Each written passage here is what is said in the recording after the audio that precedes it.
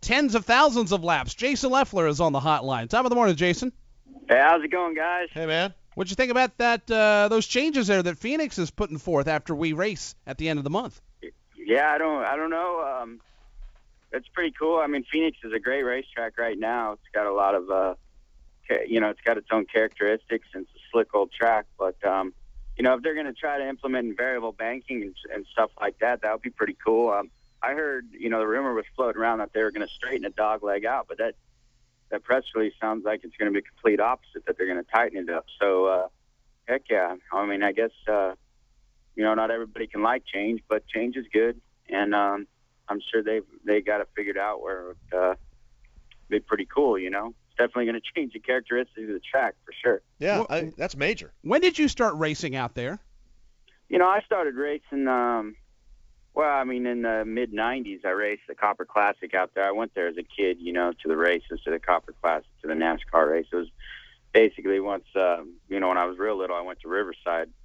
But after Riverside was closed down, it was basically the closest NASCAR track we could go to in Southern California. So, yeah, I consider it a home track. It's a track that I really love, and always enjoyed going there and racing. Now it's going to be a little different, but I was listening to that press release, so it sounds a little better than I originally thought. So I thought they were just going to make it a regular oval and take the dog leg out. But how rumors float around until you actually hear it. So that's pretty cool. See, that's the one thing I like about Phoenix is that it's different. It's a 1 mile oval, but it's different with the dog leg on the back and, the way the turn 2 jets out a bit, then hooks you back in to catch that dog leg, and then you rock it into turn number 3. And it sounds like they're even going to put some more banking into the dog leg too. So they're going to keep the 1 mile configuration, but just, reorganize things a bit. And of course, some change is good every now and then. Lord knows we've had a lot of it in this off season. Yeah, no kidding. I mean, everything's changed, especially the Nationwide Series. But, yeah, that's cool. I mean, Phoenix is a great place, and they always pack the house there. So trying to make it more exciting. It's already pretty exciting, but I guess they're just keep trying to make it better and better. You got to keep everybody interested. So, heck yeah. In its current configuration, Jason, is there a track that's like Phoenix? And I know when we've talked to you about testing and getting ready for, the second race of the year, where do you guys go? Is it a new Smyrna? Is it a Disney World? Is there anything that's comparable? Yeah, Walt Disney, especially turns 1 and 2 at Walt Disney are quite a bit like turns 1 and 2 at Phoenix, but it's hard to replicate the whole racetrack. Like you said, Phoenix is so unique, and even Gateway, believe it or not, we had a lot of the same characteristics. Pikes Peak's probably another good place to go test. I know some Cup teams have gone out there and tested for Phoenix. So, but it's hard to replicate. I remember, back in the day that Phoenix used to be a really big place, believe it or not, for the IndyCar guys to go test for Indianapolis Motor Speedway. Really? It sounds funny. It sounds really funny, but I guess there was some kind of correlation there in the data that they used to test there quite a bit and then go on to Indianapolis. So, it's always a very unique track, very neat place. Well, before we go to Phoenix, we've got a whole lot of work to do at Daytona, and we've been talking a lot about being excited, and everybody's anxious to get down there.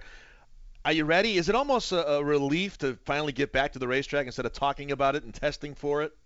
It is. I mean, I'll go to media day tomorrow, and then I actually come back home for the weekend. But I can't wait till next week when we hit the racetrack and get everything and get to feel the power of those Hendrick motors and see how our chassis and everything are handling. So it's going to be really cool. It is a relief.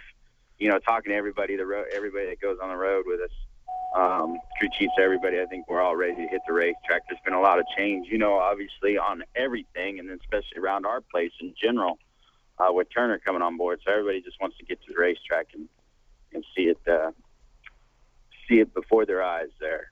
Well, let's talk a little bit about these changes at Turner. You mentioned, you got a lot of teammates, you got a lot of new people around the shop. You're going to have a lot of new people on pit road. With new personnel comes the excitement of a new season, but with new personnel comes with relearning people and reestablishing chemistry. Has that been in play? Has that been in process? So when you get to Daytona, everybody is for the most part gotten to know each other, gotten to know their job roles and all that, or is it still a work in motion there, a work in process? Well, it's always a work in progress. We had one test a couple weeks ago, and everybody worked together really good. Luckily, I think all the guys, they all have enough experience. They've all been around enough different race teams that I don't know if you call us mature, but definitely have experience. So that helps, and everybody knows what our job is at hand, on hand, and they've done it before. So that part of it, it's not like having a group of brand new young guys that don't have experience. That kind of deal can be tough, but everybody on my team is they've been around. We've known them before. I've known them before, and so that helps a lot. That helps jumpstart the whole process of everybody working together. But that is a big part of it. I mean, it's a big part of having a good team is everybody working together, almost knowing what each other's thinking and what their next move is going to be on the car and all that. So that comes with a couple weeks into the season. You really start to see that all come about when you're race after race after race. Everybody enters the new year, Jason, obviously with a clean slate, and everybody has high hopes for the year. What's the level of optimism at Turner Motorsports in your mind, and what are realistic goals for your race team this year?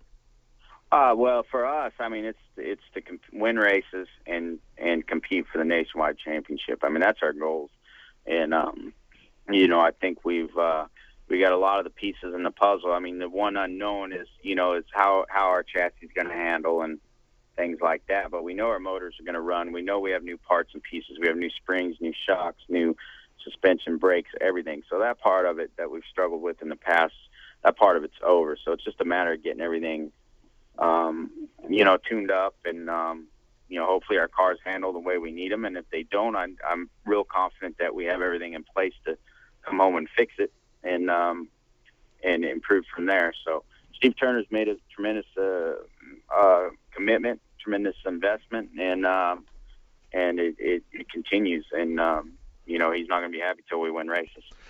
We talk to you every week, and we really do enjoy having you on the show. Last year, though, more often than not, there were a lot of things that were out of your control. I mean, by your own admittance, you had some bad luck last year. Do you feel like the luck's going to turn around this year? Do you feel like you got kind of that coming to you this year in 2011, some better luck?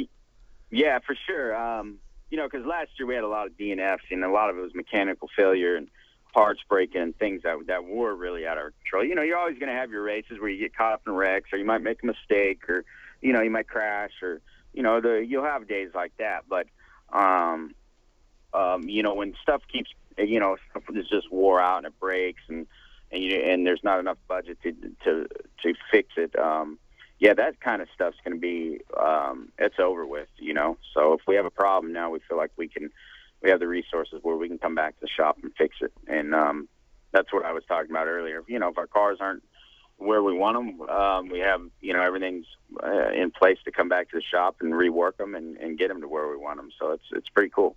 Talking with Jason Leffler on the hotline. All right, so you're heading south tomorrow for Media Day. We've been talking about it here on the show. Now, what are some of your Media Day experience? Explain to the people what drivers will go through tomorrow in the big tent at Daytona. Well, yeah, I mean, it's anywhere from coming to talk to you probably and to doing the hat dance.